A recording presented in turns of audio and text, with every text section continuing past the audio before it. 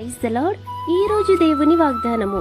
తమ ఆలోచనలను అనుసరించి చెడు మార్గమున నడుచుకొనుచు లోబడనొల్లని ప్రజల వైపు దినమంతయు నా చేతులు చాపుచున్నాను. యెషయా గ్రంథము 65వ అధ్యాయము 2వ వచనం. అందరికీ వందనాలు. ఈ వాక్యము ద్వారా దేవుడు ఎంత గొప్పవారో తెలుస్తుంది. నరుని ఆలోచనలు వేరు, దేవుని ఆలోచన వేరు. అయితే నరుల ఆలోచనలు చెడు మార్గంలో నడిపింపచేస్తాయి. వారు తమ స్వబుద్ధిని ఆధారము చేసుకుని జీవిస్తారు. ఆ మార్గము అంతయు చెడుగానే ఉంటుంది. ఆ చెడు మార్గంలో ఉన్న నిన్ను ప్రభువు చూచి నీ కొరకు ఎదురు చూస్తూ ఆయన తన చేతులను నీ కొరకు చాపుచున్నారు.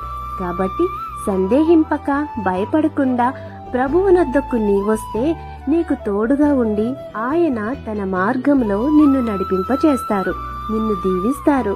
కాబట్టి ఆయన ప్రణాళికలో నీవుండాలని, ఆయన మార్గంలో నీవు నడవాలని ఆశిస్తూ ఈ దిన వాగ్దానం నీ జీవితంలో నెరవేరాలని కోరుకుంటూ దేవుని సువార్త పరిచర్యలో మీ సహోదరి.